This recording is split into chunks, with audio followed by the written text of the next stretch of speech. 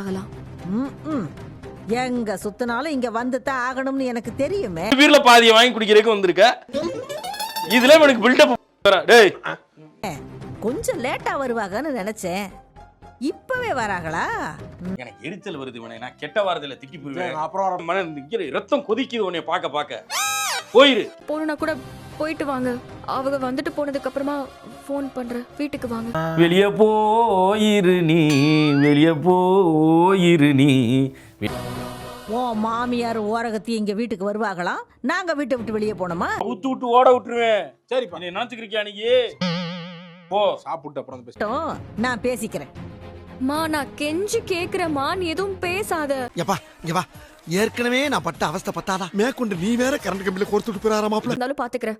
வரவங்க கிட்ட சண்டை எதுவும் போட்டுட்டு இருந்தேன்னு வையேன், அப்புறம் நான் வேற எங்கேயாவது போயிருவேன். கூட போட மாட்டேங்கிறா. நான் போறேன்டா. இந்த ஊரை விட்டே போறேன்டா. டேய் அதை விட்டுட்டு பேசிருக்க கூடாது, பழகிருக்க கூடாது சரவணா. போய் வாழ்வா வலியே தீர்வா சொன்ன அத நானும் நம்பினேன். அஞ்சலி, நேத்து வரைக்குமே நானும் அப்படிதான் நினைச்சுக்கிட்டு இருந்தேன். என்ன ஒதுக்கிட்ட நட்பு வேணாம் நீ உதறி தள்ளிட்ட. நட்பை நீ வந்து தூசியா தட்டி அனுப்பிட்ட. அப்படியே நீ இன்னொருத்தையோட சரவணன் பழகுறான்னு எல்லாரும் பேச மாட்டாங்களா? என்ன தப்பா நினைக்க மாட்டாங்களா சரவணா? நான் பாட்டுக்கு என் வாழ்க்கையை வாழ்ந்துகிட்டு இருந்தேன். கிரிக்கெட் வந்து என் வாழ்க்கையை சுனாமி மாதிரி அடிச்சிட்டு போயிருச்சு.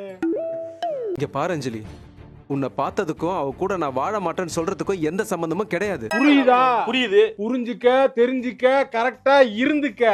எப்படி? அப்படியே இப்படி வா. இப்படி உன்னை சேர்ந்து வாழ சொன்னா நீ என்ன சொல்லுவ? மாட்டேன்னு தான் சொல்லுவேன். வரலதான் நான் கேட்கல. நல்லா இருக்கும் ட்ரைலர். இப்படிதான் படமும் சொன்னீங்க. வா நம்ப மாட்டேன். சொல்லு. உனக்கு வேலை வெட்டி இல்ல இல்ல. முடியாது.